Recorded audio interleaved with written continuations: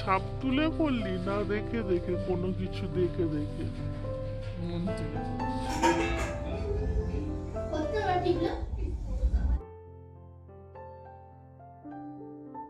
নমস্কার, আমি সোমা। কেমন আছো তোমরা সবাই? আশা করছি অনেক ভালো আছো।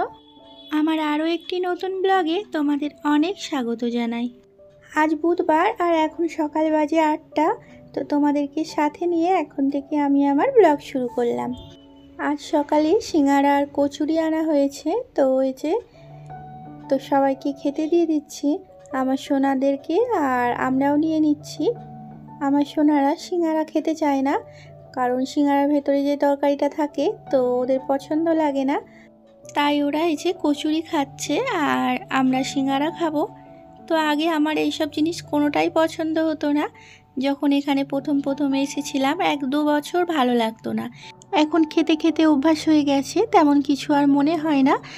খেয়ে দিয়ে ওদেরকে এই যে ছাদে রোদ্দুরে পড়তে বসিয়েছি। আর পড়া কম, ড্রয়িং বেশি হচ্ছে। এই যে 2 দিন পেরিয়ে গেল ক্রিসমাস ডে, আর আজ সান্টার ড্রয়িং হচ্ছে। আমার ছেলে কিন্তু খুব সুন্দর ড্রয়িং করতে পারে। তো স্কুলে ওর কোনো মিটিংয়ে গেলে তোর ম্যামরা কিন্তু খুব প্রশংসা করে ওর নামে, যে কোনো আঁকার ক্লাস ছাড়াই নিজের মন থেকে যে এত সুন্দর ড্রয়িং করতে পারে তোমার ছেলে। তো একটা মা হয়ে শুনে তো খুব ভালো লাগে ছেলের নামে প্রশংসা। আর এদিকে ওর বোনকে একটা এঁকে দিয়েছে, আর ওর বোন ওর উপরে এই যে কালার করছে। আর আমার সোনামা কিন্তু আঁকাতে ঠিক ততটাই কাঁচা।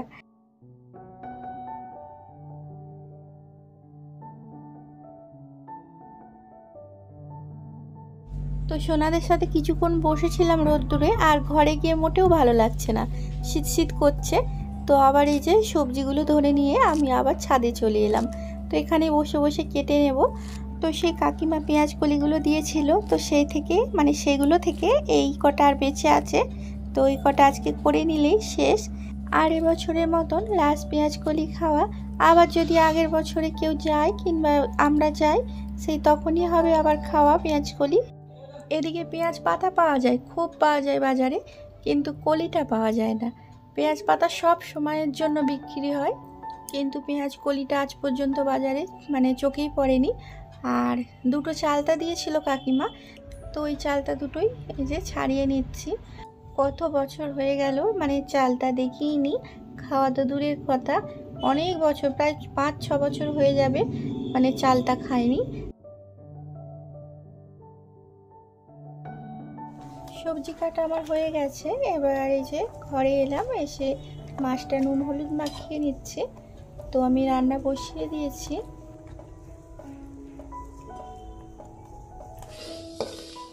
একদিকে ভাত চাপিয়ে দিয়েছি, আর একদিকে মুগের ডাল ভেজে নিচ্ছি। তো মুগের ডাল দিয়ে পেঁপে দিয়ে আমি এই যে তরকারি করব, আর ডালটা পেঁপেটা এই যে ভেজে নিচ্ছি। তো পেঁপেটাই প্রথমে দিয়েছিলাম, তারপরে একটু ভেজে নিয়ে তারপরে ধুয়ে রাখা ডালটা, শুকনো খোলায় ডালটা ভেজে নিলাম আমি আগেই, তারপরে ধুয়ে এই পেঁপেটার মধ্যে দিলাম। তো এর মধ্যে এই যে জিরে, নুন আর লঙ্কা গুঁড়ো দিয়ে দিলাম। তো একটু কষিয়ে নিয়ে এটাকে আমি কুকারে দিয়ে দেব। কড়াইয়ে দিলে সময়টাও অনেকটা নষ্ট, আর গ্যাসটাও অনেকটা নষ্ট হয়, তাড়াতাড়ি সেদ্ধ হতে চায় না। কুকারে একটা সিটি হলেই খুব তাড়াতাড়ি সেদ্ধ হয়ে যায়। আর এদিকে একটা হাঁড়িতে গরম জল চাপিয়েছি, আমার সোনা আমাকে স্নান করাবো। তো আজ কি হয়েছে জানো, ওই যে চালতাটা ছাড়াচ্ছিলাম, চালতাটা ছাড়াতে গিয়ে আমার হাতটা, বুড়ো আঙুলটা পুরো কি বলবো অনেকটা কেটে গেছে, আর এত জ্বলছে, কষ্ট হচ্ছে কি বলবো। আর রান্না করতে গেলে তো নুন হলুদ লাগছে। আর ডান হাতটাই কেটেছে, কাজের হাতটা। আর যখন মাছগুলো নুন হলুদ দিয়ে মাখাচ্ছিলাম, তো এত হাতটা জ্বলছিল, তাড়াতাড়ি করে ঠান্ডা জলে হাতটা ধুলাম। তো এবার কদিন খুব অসুবিধা হবে, এভাবেই আমাকে কাজ করতে হবে। সংসারের কাজ থেকে তো ছুটি নেই, যতই হাতই কাটুক আর পায়ে কাটুক, যত যাই হয়ে যাক। তো একাকার সংসার হলে এই জ্বালা, যত যাই হয়ে যাক সংসারে কাজ থেকে রেহাই নেই।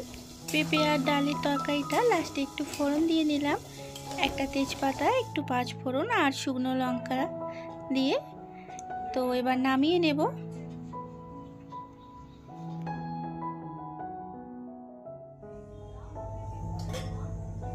এটা কে নেবে?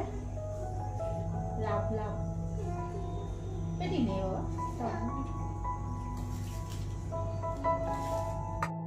রান্না বান্না হয়ে যেতে যে আমরা 4 জন মিলে খেতে বসে গেছি। আর ভাইরা আজকে আগে খেয়ে চলে গেছে। খেয়ে দিয়ে উঠে গুছিয়ে বাগিয়ে বাসন কুসনগুলো ধুয়ে দিচ্ছি।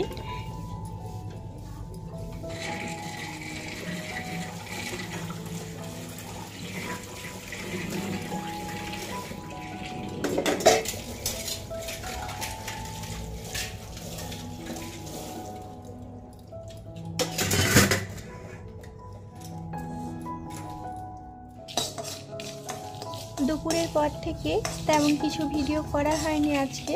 তো একেবারে এই যে সন্ধেবেলায়, এখন সন্ধে 7টা বাজছে।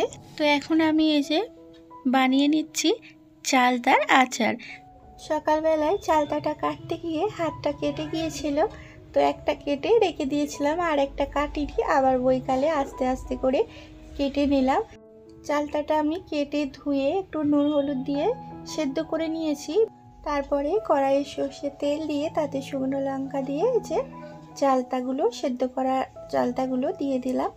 তো একটু ভেজে নেব। হাতটা কেটে যাওয়ায় ভীষণ রাগ ধরে গিয়েছিল, তো চালতাটা রেখে দিয়েছিলাম। তারপরে ভাবলাম যে রেখে দিলে মানে নষ্ট হয়ে যাবে। আর এটাকে আমার সোনারা দেখছে আর কবে থেকে বলছে যে মা এটা কী করে খায়, কি করে রান্না করে। তো আমি বলছিলাম দাঁড়া একদিন চাটনি কিংবা আচার করে দেবো। আর চালতার পরিমাণটা একটু বেশি হয়, এর জন্য আচারই করছি আর চাটনি করলাম না। আর এই যে এটা দেখো আখের গুড়। তো এখানে আখের গুড় এরকমই পাওয়া যায়, মানে গোলা গুড়টা পাওয়া যায় না, আখের এরকম পাটারই পাওয়া যায়। 1 কিলো 500 250। তো এই গুড়টা একটু ভেঙে নিলাম যতটা লাগবে। আর এমনিতে তো আমি আগেই নুন হলুদ দিয়েছিলাম সেদ্ধ করার সময়, তাও একটু দিয়ে দিলাম। আর যখন আমি ভাজছি খুন্তির কোণে করে একটু করে টিপে টিপে চালতাটাকে একটু ভেঙে নিচ্ছি যাতে মশলাগুলো মানে ভেতরে ঢোকে। আর দেখো মানে গোটা ভাবটা নেই, একটু করে মানে ছিঁড়ে ছিঁড়ে দিয়েছি। দিয়ে এই যে আখের গুড়টা দিয়ে দিলাম এতে। আর বেশি মিহি করে ভাঙিনি, গলে যাবে একটু পরেই। সামান্য একটু জল দিয়ে দেব, তাহলে গলে যাবে। সামান্য মানে কপটাই জল দিয়েছি আর গুড়টা থেকে জল বেরিয়েছে। দিয়ে দেখো অনেকটা হয়ে গেছে জল। আর শুকনো খোলায় আমি যে ভাজা মশলাটা করে নিলাম সেটা মিক্সিতে আমি এই যে গুঁড়িয়ে নিয়েছি। তো এই ভাজা মশলাটা একটু দিয়ে দেব আর একটু রেখে দেব। যখন পুরো আচারটা রেডি হয়ে যাবে তো তখন ওপর ছড়িয়ে দেব। তো এই ভাজা মশলাটা দিলে খুব সুন্দর টেস্ট লাগে। আর ভাজা মশলাটা 5 ফোড়ন, একটু মৌরি আর শুকনো লঙ্কা দিয়ে করলাম আমি।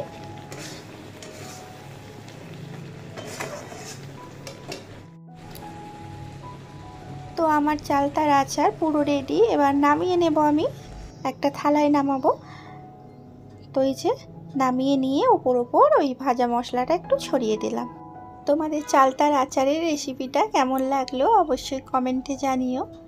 তো চলো বন্ধুরা, আজকের মতন ভিডিওটা আমি এখানেই শেষ করছি। আবার দেখা হবে একটা নতুন ব্লগে। আর আমার সাথে এতক্ষণ থাকার জন্য তোমাদেরকে অসংখ্য ধন্যবাদ। আমার ভিডিও যদি ভালো লেগে থাকে চ্যানেলটাকে সাবস্ক্রাইব করে একটা লাইক দিয়ে যেও। আর তোমরা সকলে ভালো থেকো, সুস্থ থেকো।